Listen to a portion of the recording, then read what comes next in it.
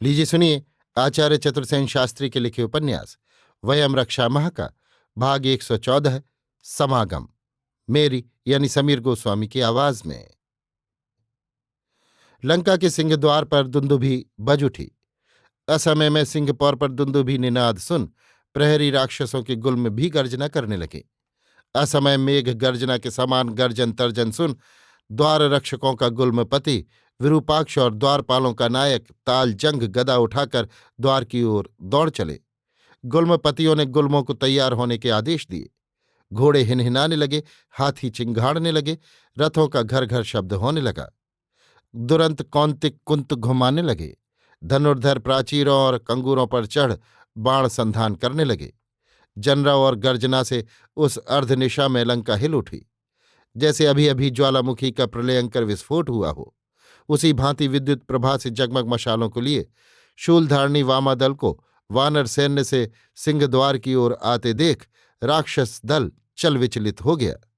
द्वार के सम्मुखा दंडधारणी मालिनी ने पुकार कर उच्च स्वर में कहा, अरे भीरुओ, तुम किस पर अंधकार में अपने शस्त्र तान रहे हो?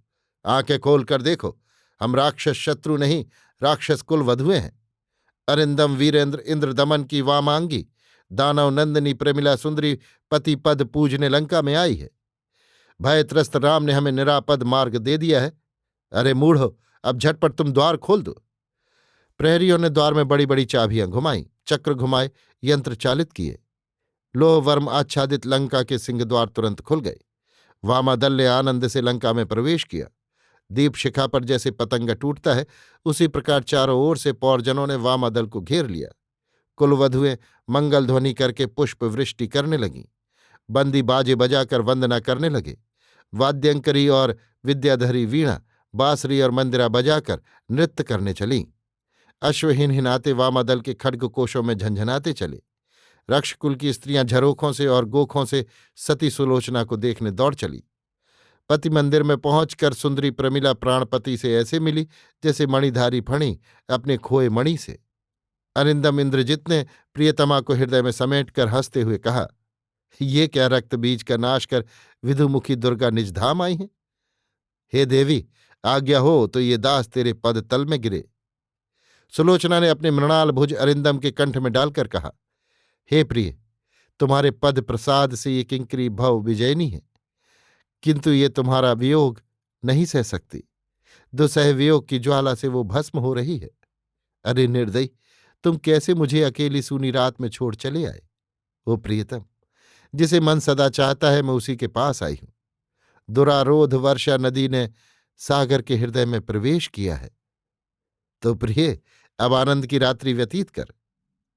प्रमिला सुंदरी ने मंदिर में प्रवेश किया, वीरवेश त्यागा, स्नान मंजन किया, रत्नमय अंचल का कौशेय धारण किया, पीन स्तनों पर कंचुकी कसी, कमर में मणि मेखला धारण की, हीरों का हार कंठ में पहना, हृदय पर मुक्तामाल धारण की, भाल पर हीरक मणि ग्रथित मांग दी, कानों में नीलमणि के कुंडल पहने। उस समय सहस्त्र मणिदीपों के उज्ज्वल प्रकाश में मणिमूर्ति के समान प्रभामयी दीप शिखासी ज्योतिर्मयी, कुसुम गुच्छ के समान सुषमामयी और जीवन के समान प्रेममयी प्रियतमा दानव नंदिनी सुलोचना प्रमिला को देख राक्षस चूड़ामणि मेघनाद आनंद के समुद्र में डूबकर सुध बुध खो बैठा। रणरंग वैरी राम, विपन्न लंका, शोकमग्न राक्षसेंद्र रावण, सभी को भूल मेघनाद उस त्रिलोक दुर्लभ रूप सुंदरी दानवेंद्र नंदिनी प्रमिला को हृदय से लगा, तृप्त हो उसका यौवनामृत पान करने लगा। जैसे चंद्र दर्शन से समुद्र में ज्वार आता है, उसी भांति विरह दग्धा बाला प्रमिला भी इस प्रकार पति पर्यंक पर बिखर गई। तब वो ऐसे थी जैसे शरद के पूर्ण चंद्र की चंद्रिका धवल सौध पर बिखरती है। बंदी गान कर रहे थे, गंधर्वियां नृत्य कर रही थीं, वादक विविध वाद्य यंत्र बजा रहे थे, फव्वारे जलराशि उछाल रहे थे, सुरभित वसंतानिल बह रहा था। वसंत ऋतु वहां मूर्त हो रही थी और अनिंद सुंदरी प्रमिला मणिपात्र में सुवासित मद भर भरकर प्राणाधिक प्रियतम के होठों से लगा, मृणाल भुज कंठ में डाल, वक्ष सटा, अपना अधरामृत भी पात्र में लगा, अधरामृत के साथ सुरामृत को पिलाती हुई प्राण प्रिय पति को आनंद सागर में झकझोर रही थी। ऐसे सुख सागर में डूबकर अरिंदम सो गया। उषा का उदय हुआ। राजद्वार पर दुंदुभी बजने लगी। पक्षी जग कर कलरव करने लगे। बंदियों ने विरुद्ध किया। वीरेंद्र चूड़ामणि मेघनाद ने जग कर देखा। उसके वक्ष पर सोती हुई सुंदरी प्रमिला ऐसी लग रही थी जैसे कसौटी पर सोने की लकीर। उसने भुज पाश में भरकर प्रियतमा का चुंबन लिया और कहा, उठ प्रिय, ये देख, प्राची में श्वेत रश्मि फैल गई। वन कुसुम झूम झूम कर हंसते हुए तेरा आह्वान कर रहे हैं। उठ दैत्यराज नंदिनी, आज विश्व में अघट घटना घटने वाली है। आज समुद्र को शिलाओं से बांधने का दुष्कर्म करने वाले दाशरथी राम को उसके भ्राता सौमित्र के साथ मारकर मैं उसका हृतखंड पूज्य पिता की सेवा में अर्पण कर परंतप का ताप दूर करूंगा। उठ चारुलोचने, उठ सुहासनी, मुझे परिरंभण दे, अपने प्यार से संपन्न कर। सुलोचना प्रमिला के प्रस्पंदमान अर्धमुकुलित सुलोचनों में कृष्ण तारिका झांकती सी ऐसी दीख पड़ी जैसे मधुलोलुप षंडंध्री रात को पंकज में कोशबद्ध हो गया हो और अब उषा वेला में पंकज कोश खुलते ही दिखने लगा हो। उसने नेत्रारविंद खोले, लज्जा से नमित हो वस्त्रों को ठीक किया, फिर मंदहास करती हुई व्याकुल दृष्टि से प्रियतम को निहार कर बोली, क्या आज इतनी जल्दी प्रभात हो गया? वो सुखरात्रि इतनी शीघ्र विलीन हो गई? मेघनाद ने प्रिया का चुंबन लिया, फिर उसकी अलकावलियों से खेलते हुए कहा, प्राण सखी, तू मेरे भाग्य का सर्वोत्तम फल है, मेरे प्राण रूपी सूर्यकांत की तेज रश्मि है। अब चल, विलंब का काम नहीं, जननी के पाद पद्म में प्रणाम कर आशीर्वाद ग्रहण करें। आज मैं निकुंभलागार में वैश्वानर की विधिवत पूजा कर कठिन संग्राम में जाऊंगा। आज मैं प्रबल वैरी का आमूल नाश करूंगा। इसी समय रावणी ने त्रिजटा वेत्रवती को सम्मुख आते देखकर कहा, अरे सुभगे, आज मैं निकुंभला यज्ञागार में वैश्वानार का पूजन कर वैरी राम का युद्ध में हनन करूंगा, परंतु मैं सर्वप्रथम मात्र पद वंदना करना चाहता हूं। देख तो महिषी क्या कर रही हैं, उनसे तू ही जाकर निवेदन कर कि उनका अकिंचन दास ये पुत्र और पुत्रवधू उनकी चरण वंदना के अभिलाषी खड़े हैं। त्रिजटा ने कहा, आयुष्मान तेरी जय हो। आज रात महिषी ने रुद्रालय में जागरण उपवास करके तेरी मंगल कामना की है और वे देव प्रसाद ले इधर ही आ रही हैं।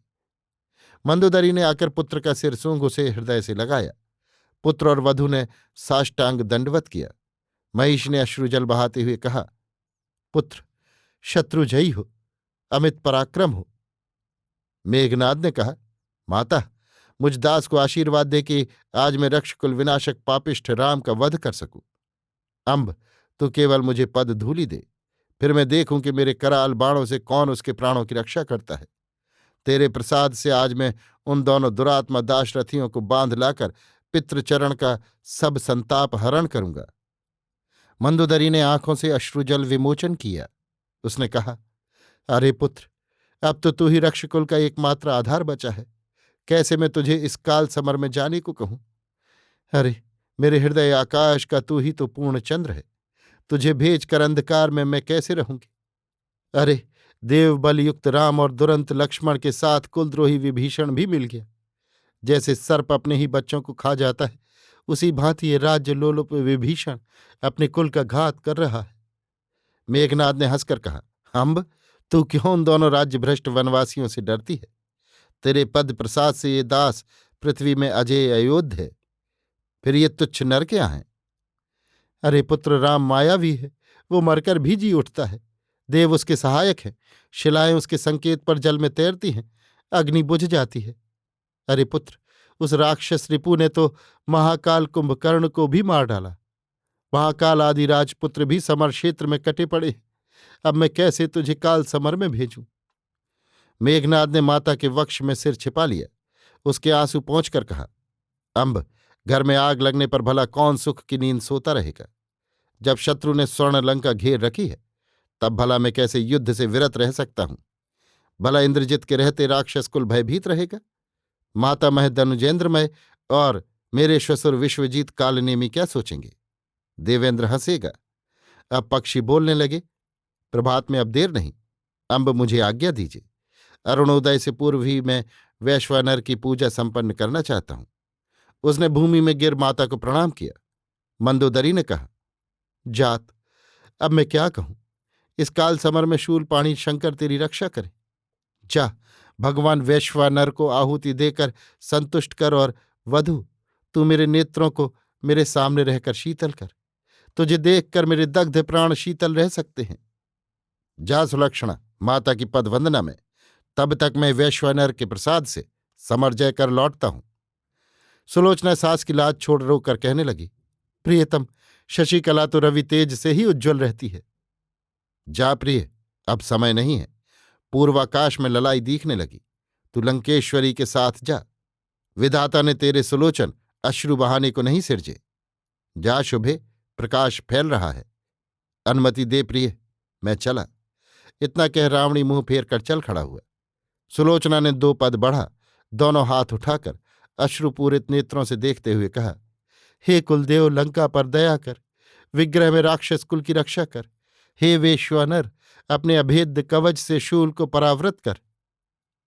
हे कुलदेवी, तुम साक्षी हो, इस छिन्न लता का आश्रय यही तरुराज है। इसे शत्रु का कुठार स्पर्श न कर सके। अभी आप सुन रहे थे आचार्य चतुर्सेन शास्त्री के लिखे उपन्यास वयम रक्षा माह का भाग 114 समागम, मेरी यानी समीर गोस्वामी की आवाज में।